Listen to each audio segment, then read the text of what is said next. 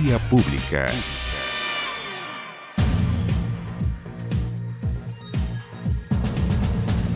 Muy buenas noches, bienvenidos a Vía Pública. Este jueves, Nicolás Maduro asumió su segundo mandato presidencial en Venezuela, el que se extenderá hasta 2025, al menos en el papel. Una asunción que se da en medio de cuestionamientos por la falta de legitimidad de las elecciones celebradas el año pasado en mayo y acusaciones de atentar contra los derechos humanos de los venezolanos en el marco de la crisis social y económica que atraviesa ese país. En tanto, gran parte de la comunidad internacional, Chile entre ellos, criticó el nuevo periodo de Maduro. Incluso determinan o lo catalogan de ilegítimo. La propia OEA lo declara de esa forma. Nicolás Maduro Moro advirtió esta semana al Grupo de Lima que tomará duras medidas diplomáticas si no rectifica su posición sobre Venezuela y denunció nuevamente un intento de golpe de Estado en su contra, orquestado por Estados Unidos. Según el Fondo Monetario Internacional, la economía venezolana se contraerá 5% en 2019 y la hiperinflación alcanzará, escuche bien, 10 millones por ciento. Para tener una comparación, Chile tiene 3%. Eso, en Venezuela, 10 millones por ciento. Sin embargo, hoy Maduro declaró al asumir su segundo gobierno que han querido convertir una toma de posesión pacífica en una guerra mundial. A la alerta de otros organismos internacionales se sumó la Unión Europea, asegurando a través de un comunicado que las elecciones presidenciales no fueron ni libres ni justas en Venezuela y a su vez instó a Maduro a respetar el Estado de Derecho, los derechos humanos y las libertades fundamentales y hacer frente de inmediato a las acuciantes necesidades de la población. Un deseo que comparte ciertamente el resto de la comunidad internacional. Esta mañana el gobierno firmó el proyecto Admisión Justa, así le llamó, y que busca modificar el sistema de admisión escolar, priorizando el mérito académico entre los postulantes. Anunció que fue celebrado transversalmente, ya que algunos centros de estudio de la educación y parlamentarios de oposición han cuestionado su efectividad para disminuir la segregación. Debatiremos sobre este tema con dos diputados miembros de la Comisión de Educación. ¿Ha escuchado hablar de o ha leído al autor bestseller Yuval Noah Harari? Por supuesto, ¿cierto? Bueno, el escritor israelí que ha vendido más de 15 millones de copias de sus publicaciones, son varias, Homo Deus, Homo Sapiens, escribe una inquietante columna el fin de semana sobre el libre albedrío, la democracia, los datos, asegurando que algunas de las mentes más brillantes del planeta llevan años investigando cómo piratear el cerebro humano para que pinchemos en los determinados anuncios, enlaces usando el método para vendernos, incluso políticos o ideologías. Claro, si nos pueden vender zapatillas, ¿por qué no nos pueden vender ideologías? ¿Qué tanto de ficción o realidad tienen estas afirmaciones? Lo conversaremos con un experto hoy en Vía Pública. Nos vamos a la pantalla. Y en la pantalla aparece la pregunta en la cual le preguntamos respecto de esta admisión justa que está presentado hoy por el gobierno. ¿Crees que aumentará la segregación o que será más justo? Hacemos una pausa y volvemos aquí en Vía Pública.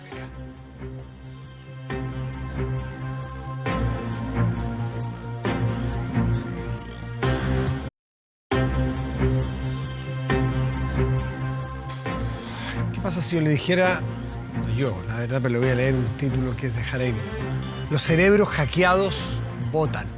Los cerebros, no los computadores ni el teléfono. O sea, que nos hackean nuestro cerebro y después de eso vamos a votar. Da un poco de susto si uno intenta explicar o lee. Está Juan Pablo Luna, que es cientista político de la Universidad Católica, investigador del Instituto Milenio, Fundamentos de los Datos. Muchas gracias por estar aquí. Un placer, muchas gracias. Luna. Además que es autor de este libro, En vez del optimismo, de Juan Pablo Luna. Ahí está, que habla, aquí está. Aquí habla sobre los temas democráticos, crisis de la representación política en el Chile actual. Y me lo trae y tiene mucho que ver con lo que pasa aquí, con lo que plantea superventas de todo el mundo, que dice que nos pueden hackear. Y una vez que nos hackean, salimos a votar creyendo que somos libres. Y las pinzas que somos libres. Somos ordenados por algo, por alguien. ¿Tú estás de acuerdo? ¿Suscribes? ¿O hay alguien que dice que es muy exagerado Harari? A ver, yo creo que lo que Harari plantea, digamos, y lo que sí es real respecto a lo que Harari plantea, es que esto está pasando a un nivel de desagregación, a un nivel de segmentación tal que hoy en día la manipulación o la movilización electoral, que se trata de eso, y que siempre la hubo, se hace en clave individual, o se puede hacer en clave individual. Y se puede hacer en clave individual movilizando no tanto en función de propuestas programáticas, en función de mensajes que antes se estructuraban los partidos políticos, esta es mi propuesta de gobierno, sino movilizando a la gente a partir de sus peores miedos, debilidades. Fíjate que tú dices siempre se hizo, y eso es muy importante, siempre se hizo esta forma de intentar influir, pero hay un ejemplo que lo pone en grueso, dice Hitler buscaba mínimos comunes para tratar de llegar con su discurso. Hoy día no hay que ir a los mínimos comunes, hay que ir a Juan Pablo Luna, donde a Juan Pablo Luna le duele o le afecta, donde Matías del Río le afecta, y puedo segmentar los discursos. Exactamente, y esos mínimos comunes eran lo que antes conocíamos como plataformas programáticas que ponían en juego, por ejemplo, los partidos políticos en un contexto democrático, ¿sí? Y hoy lo que tenemos es un sistema institucional desbordado, ¿sí?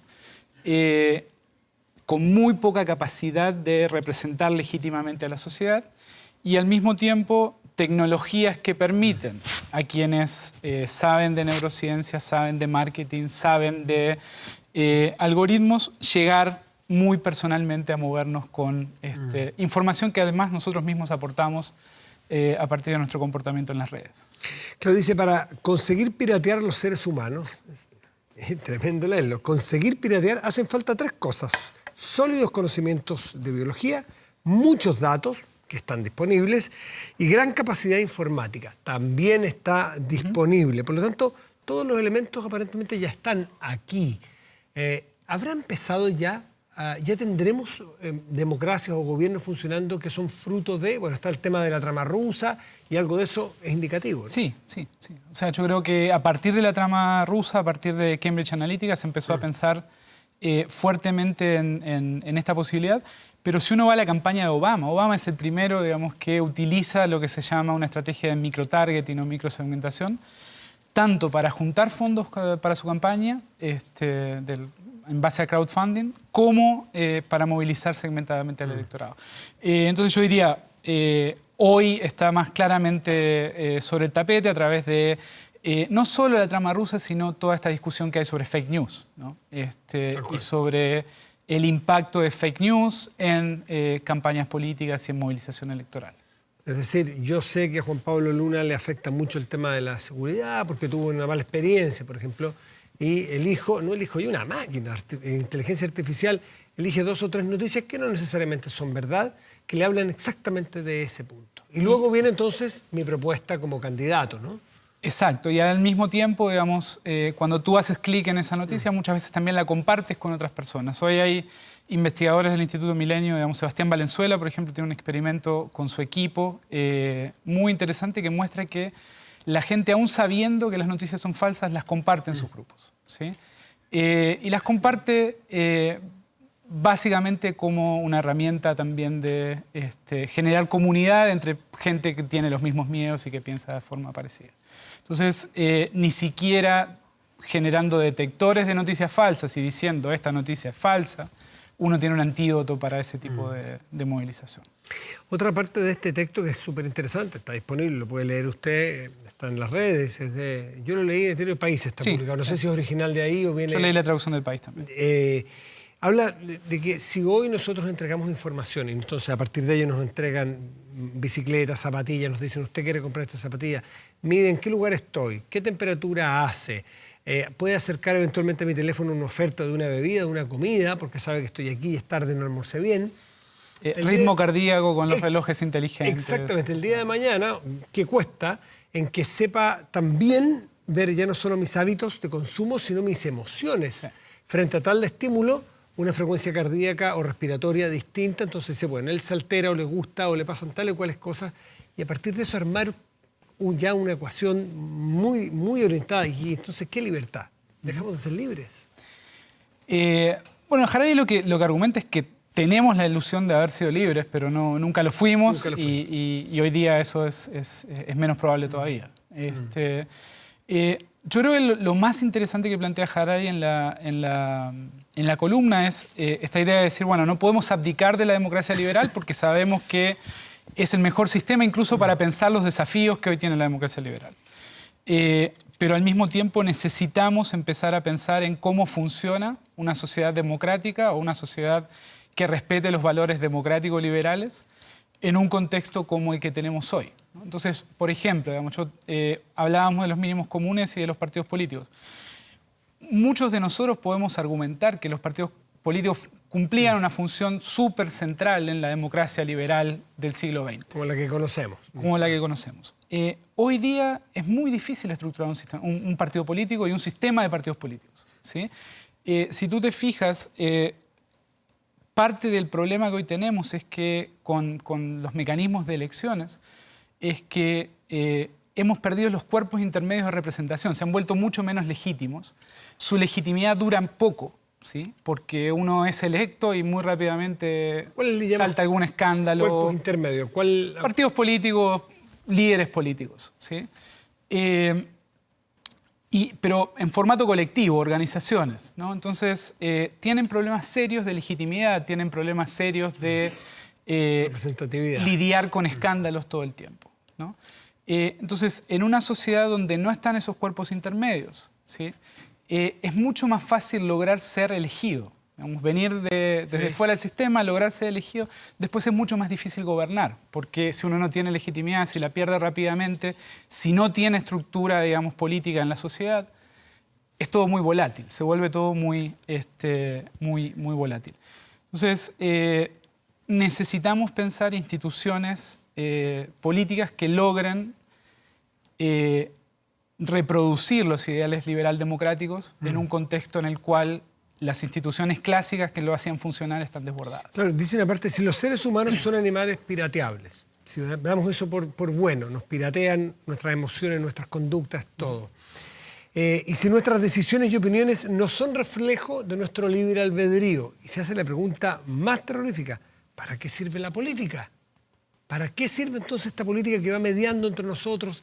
Y tú te has hecho esa pregunta, me imagino, como cientista política, ¿y qué respuesta tenemos? Es una pantomima la política, entonces. El punto es que hay política atrás de eso también, ¿no? Y la política siempre está. La política es todo lo que tiene que ver con la comunidad.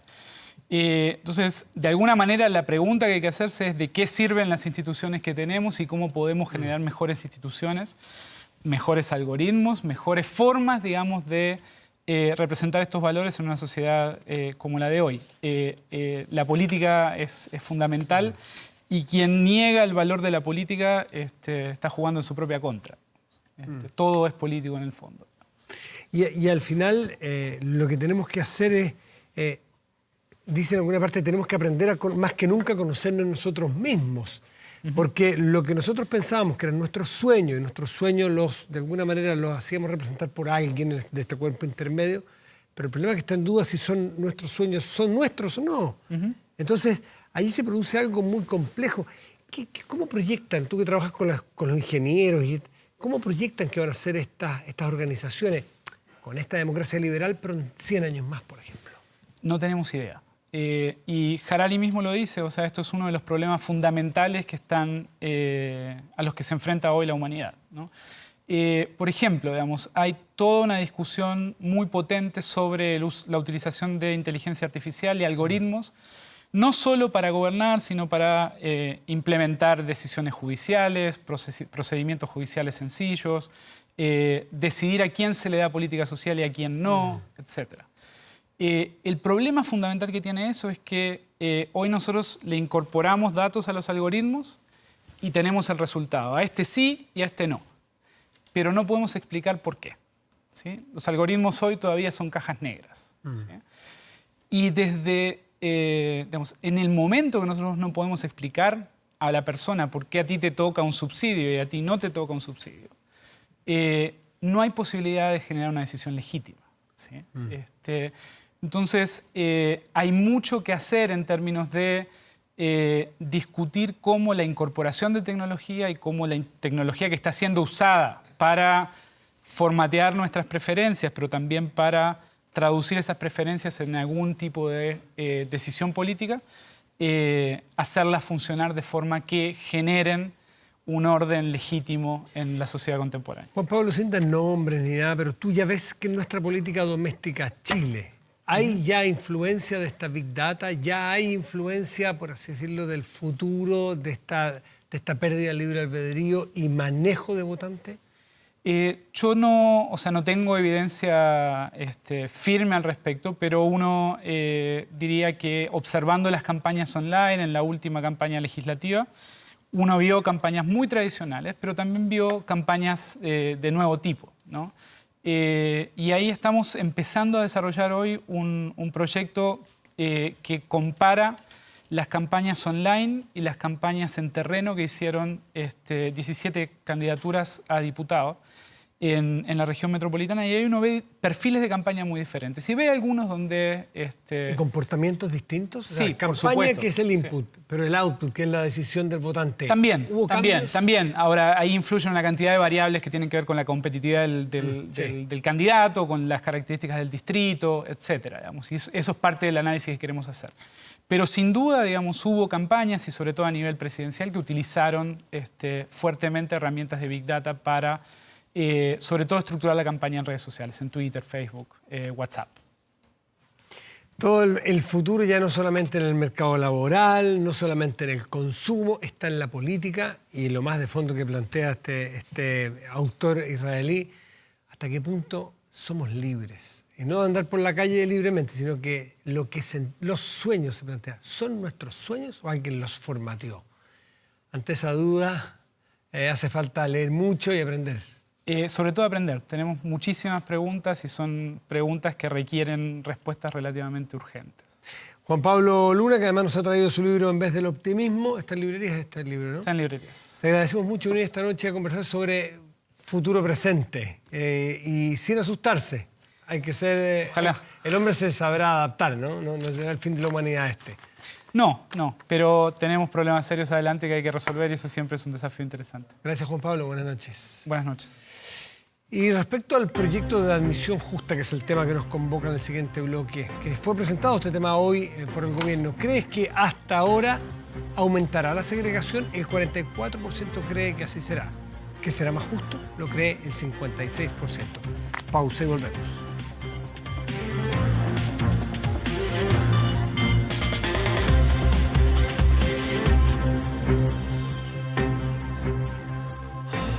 Admisión justa es el nombre del proyecto presentado por el presidente de la República y la ministra de Educación hoy. Tiene que ver con, dice la ministra en algún momento, que el mérito sea parte fundamental de la posibilidad de selección de alguna manera, que no puede ser ciego a quien hace más esfuerzos que otro al momento de seleccionar en un establecimiento. Están con nosotros dos diputados que son o forman parte de la Comisión de Educación de la Cámara de Diputados. Diego Schalper, diputado de Renovación Nacional, miembro, como lo dije, de esta comisión. Diego, gracias por estar aquí. Buenas noches. Gracias, Matías, por la invitación. Y Gonzalo Winter, diputado de, siempre me equivoco yo, del Movimiento Autonomista. Muy bien, esta vez. Muchas gracias por la invitación. Y miembro de la Comisión de Educación, Gonzalo, gracias por estar aquí. Buenas noches. Gracias a ti, Matías. ¿Es una admisión justa la que plantea el gobierno, Gonzalo Winter? No. Yo creo que tenemos un sistema nuevo que tiene muchas cosas que se pueden perfeccionar, algunas incluidas en el proyecto del gobierno. Sin embargo, hoy día yo quiero hablarle a los apoderados que están preocupados y decirles que de lo que se trata este nuevo sistema de admisión justamente es de poner a todos los porotos en la misma olla, como me lo dijo una apoderada alguna vez. Y que no sea las condiciones socioeconómicas, que no sean cuestiones arbitrarias, pitutos, etcétera, lo que distribuya a los alumnos, y que entienda el derecho a la educación como un derecho social al cual accedemos como iguales.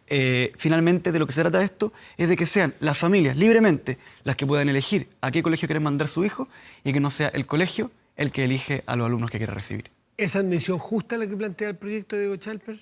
Mire, para tranquilidad del diputado Winter, van a seguir siendo Yo los estoy muy estudiantes tranquilo. lo que eligen el colegio, van a seguir postulando en el sistema de siempre, porque lo que está haciendo el gobierno es en el sistema que ya hay introducir ciertos correctivos de justicia, algunos más evidentes que otros. El sistema actual solo considera a los hermanos de sangre, a los consanguíneos. El gobierno dijo, bueno, pero ¿qué pasa? Si dos hermanastros viven en una misma casa, ¿no van a tener el beneficio de poder postular al mismo colegio? Primer correctivo de justicia. Segundo, si hay más demanda que oferta en un establecimiento y no proceden los 4 criterios que hoy día existen, ¿para qué vamos a privilegiar? ¿Vamos a privilegiar con el azar o vamos a tener en consideración en ciertos casos el esfuerzo académico? Dicho en castellano, un alumno que tiene un 6,7, como me pasó a mí en Rancagua, y un alumno que tiene mal rendimiento académico, por el azar, ¿puede privilegiarse el que tiene mal rendimiento académico y el de 6,7 quedar sin establecimiento? Entonces, ese es el segundo correctivo de justicia. Tercer correctivo de justicia. Ya. Y con esto cierro para Sí, empezar sí. la conversación. Hoy día la ley establece un tope de un 15% de alumnos prioritarios. Es decir, si usted tiene un establecimiento y quiere enfocarse en alumnos prioritarios, tiene hasta un 15%. Entonces nos pasaba que algunos establecimientos que solo quieren dedicarse en zonas vulnerables, el Colegio Norseal en Bajos de Mena, por ejemplo, no lo podía hacer.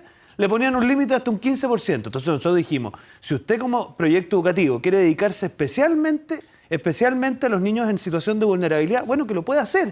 ¿Cuál es la limitación o cuál es la desesperación de ponerle un tope a un establecimiento que va a La Pintana, que va a Puente Alto y otras localidades y decirle, no, usted puede solo hasta un 15% de alumnos vulnerables? Eso es un error y lo vamos a corregir con este proyecto de ley. A ver, partamos por esto, ¿cómo le llama usted? ¿Los ajustes? Las correcciones de justicia, sí le O sea, acaba de hacer O una- el perfeccionamiento. Lo que pasa es que no vamos a echar abajo el sistema, Matías, que eso es lo que han tratado de instalar. Este es el mismo sistema con las bondades del sistema objetivo, Vamos por el primer pero con correctivo ciertos que correctivos es, de justicia. de justicia, el diputado Schalper.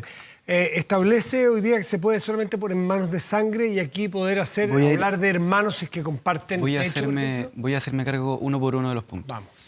Igualar hermanastros a hermanos, a mí me parece justo y me parece que es una de las correcciones que tiene que tener el sistema. Check. Bien. Ahí están de acuerdo. Estamos avanzando. Muy bien, están de acuerdo. De aquí a 2 semanas está de acuerdo con todo. Vamos. No te pases de listo.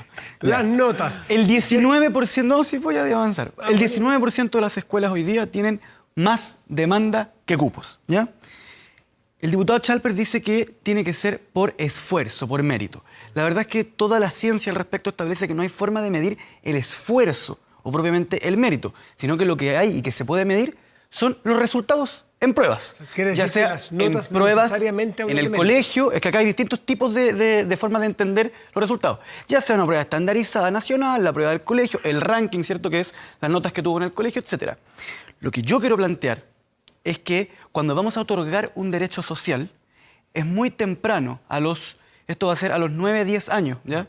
Porque en quinto, son las notas de quinto básico las que sirven para el proceso de séptimo, ¿cierto?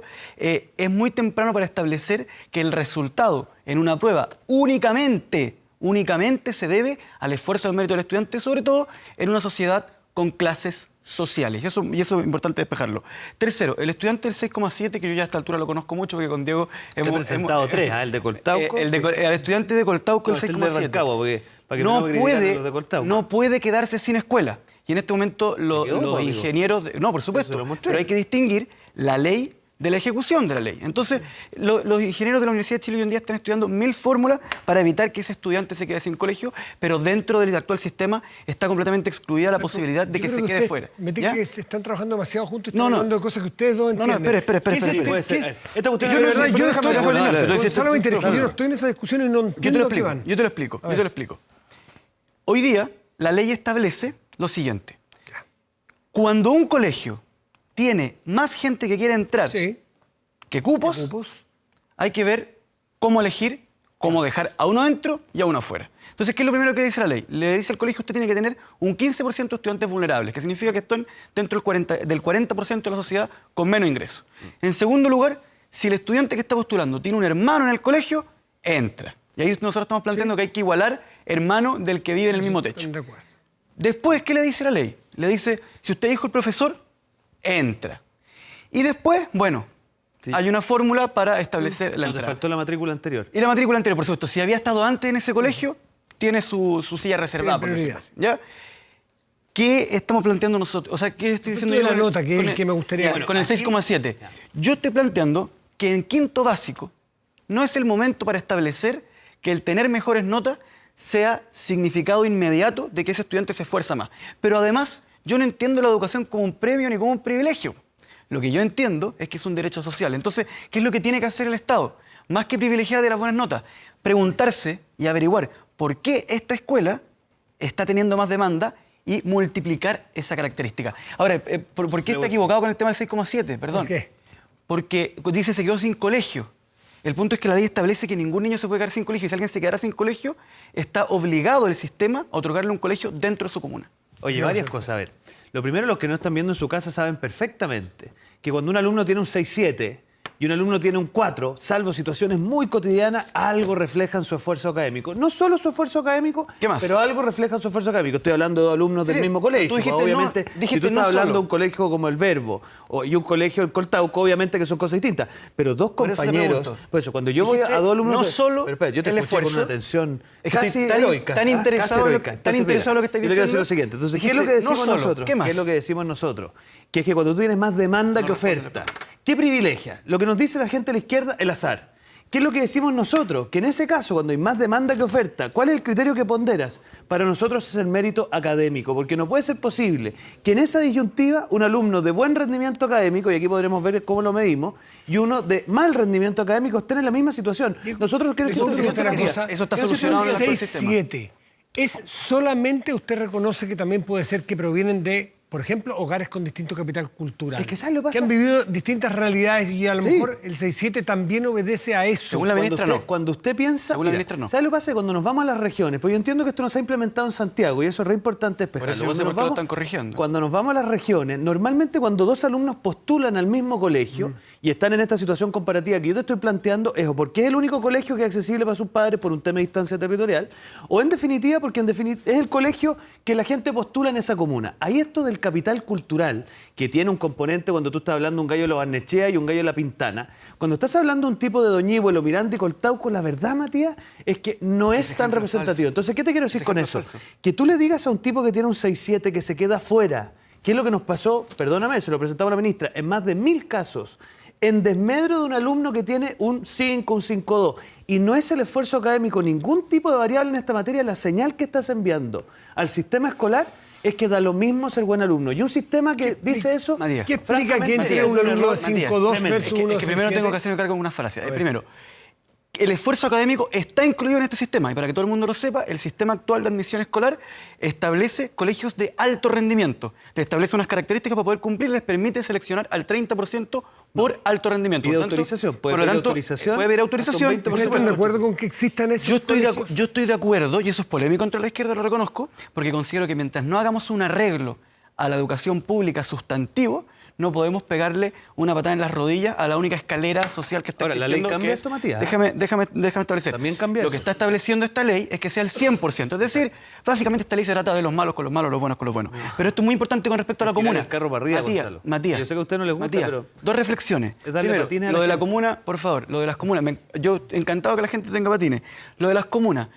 ¿Por qué en Doñihue todos los estudiantes querían ir a la misma escuela y después, digamos, se quedan sin escuela, que es lo que está planteando Diego?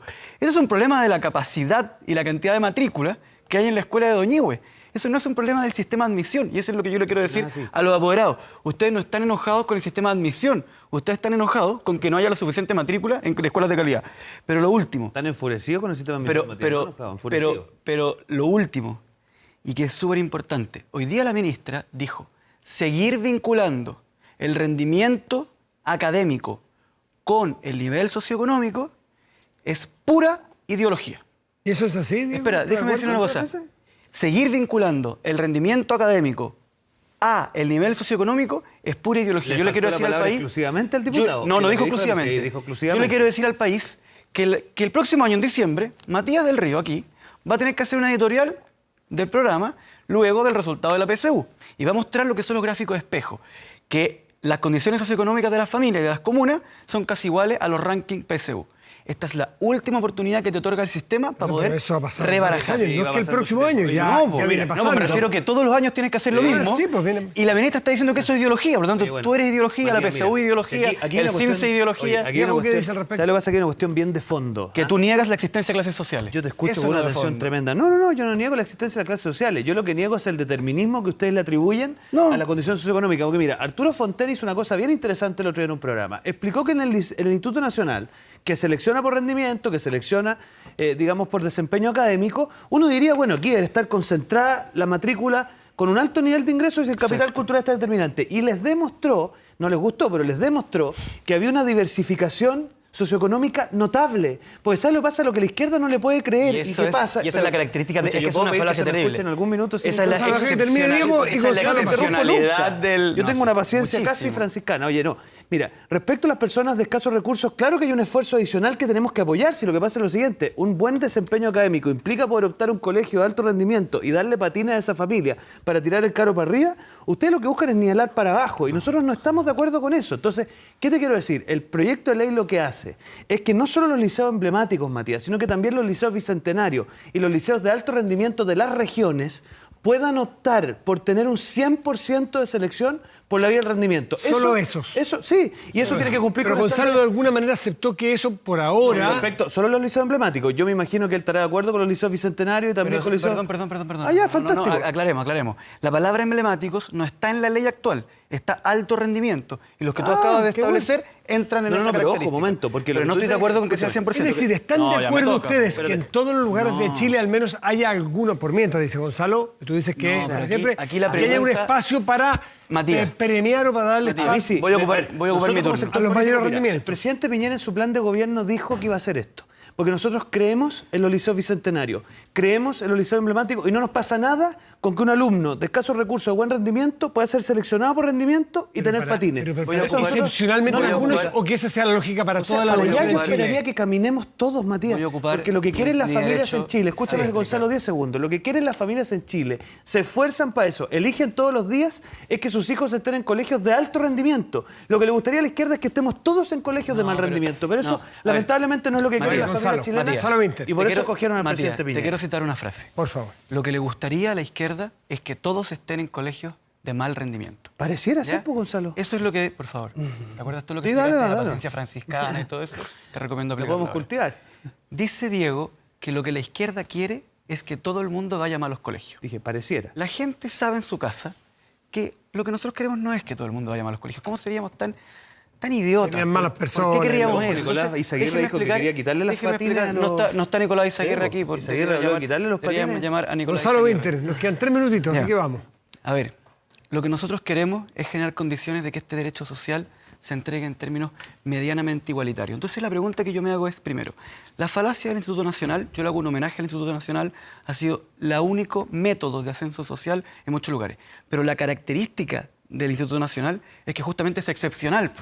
Por eso nos sirve como un ejemplo universalizable, porque logra que familias de escasos recursos tengan buenos resultados, pero de manera excepcional. No es la regla, los chilenos lo saben. A la gente que tiene más le va mejor. Eso, o sea, estamos hablando del mismo gobierno que considera que los méritos de Fernanda Bachelet son los mejores. Pero el punto que tenemos, Yo nunca he sostenido eso, punto que tenemos que hacer acá es preguntarnos, ¿es esto avanzar en calidad? Porque la derecha lo que ha planteado es no, si vamos a hacer calidad, calidad, calidad. Lo que están planteando acá es separar a los buenos con los buenos y a los malos con los malos. Pero eso no es avanzar en calidad. Entonces yo le pregunto a Diego, por su intermedio, Pero Matías, cuando él dice, no, si podría ser que el factor socioeconómico influya y a esa familia hay que ayudarla.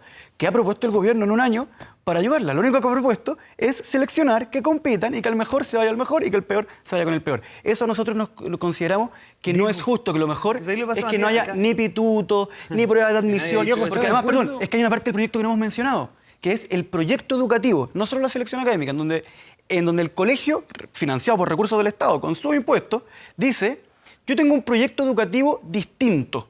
Entonces yo voy a ver qué familia se adecúa mejor a mi proyecto educativo.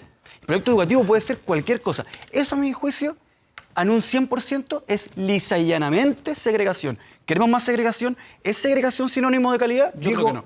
Es que yo creo que esta discusión deja en evidencia tan elocuentemente, Matías, las diferencias que tenemos con la gente de la centroizquierda. Mira, cuando a ellos les molesta que se seleccione por esfuerzo académico... No me molesta eso. En el fondo lo que les molesta... Bueno, cuando Nicolás Aguirre decía el año pasado que había que bajar a la gente los patines, que esa es la ideología que hay detrás del sistema de admisión actual. Invitado a Nicolás Aguirre a debatir contigo, pero yo no. Bueno, yo algunos segundos voy a tratar de hablar de corrido ya. Entonces...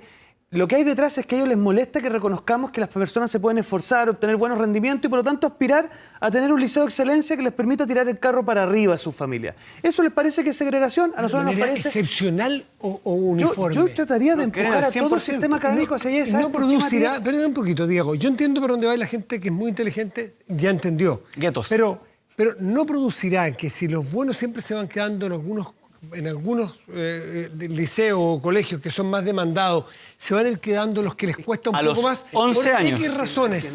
Que se van a ir quedando en otros colegios. Porque tú lo que empiezas a hacer es tirar el carro para arriba. Mira, yo cuando... Y el otro para abajo. Es una confesión. El ministro Izaguirre, esa frasecita se la mandó en respuesta a mí en Estado Nacional.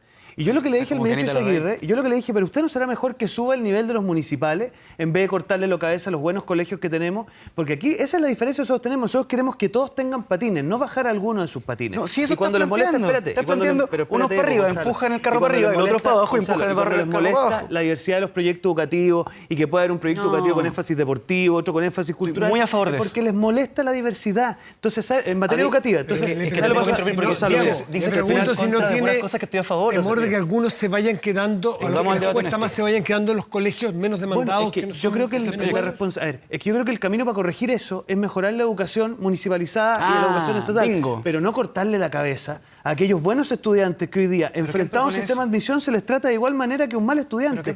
Y eso es injusto, Gonzalo. Te lo digo. Y por eso se llama... Y me comprometo a escuchar la respuesta. Y por eso se llama admisión justa, Matías. Última pregunta. Lo que se trata es que todos podamos justamente entrar de acuerdo a nuestro esfuerzo académico y no de acuerdo al azar. Nos queda un minuto.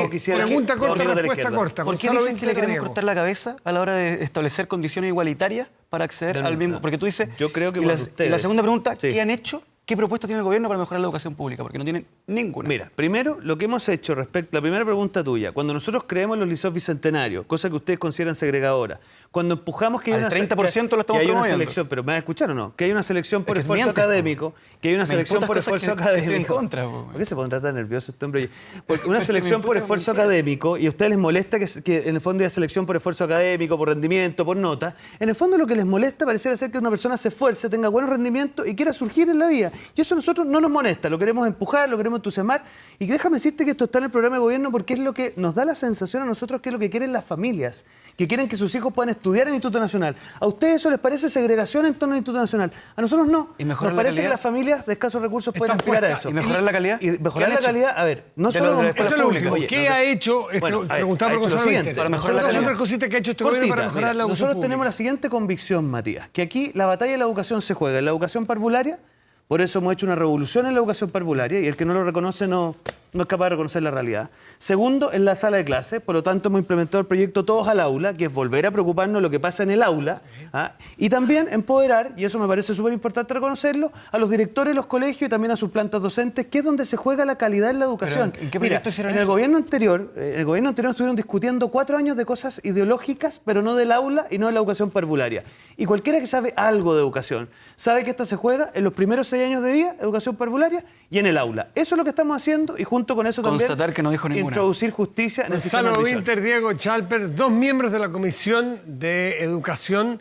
Uno que escucha y uno que no tanto. Esto se debe transmitir, se transmite todo en televisión, porque si ustedes debaten con esta pasión. Está muy bien. Además que se nota de verdad, fuera de toda broma, se nota mucho. Hay diferencias de formas de pensar. Sí, y de fondo. Hiper legítimas. Sí, pero yo aclarar la gente que la huele que las mayoría conozco, de la las que vote por cosas una o por otra. que dijo Diego que yo pienso no las pienso. Mira, por cierto, por suerte el 54% de Chile votó por lo que el presidente Gonzalo, Piñera está Diego, haciendo hoy día. muchísimas gracias. Que estén muy bien. Hacemos una pausa y volvemos aquí en Vía Pública.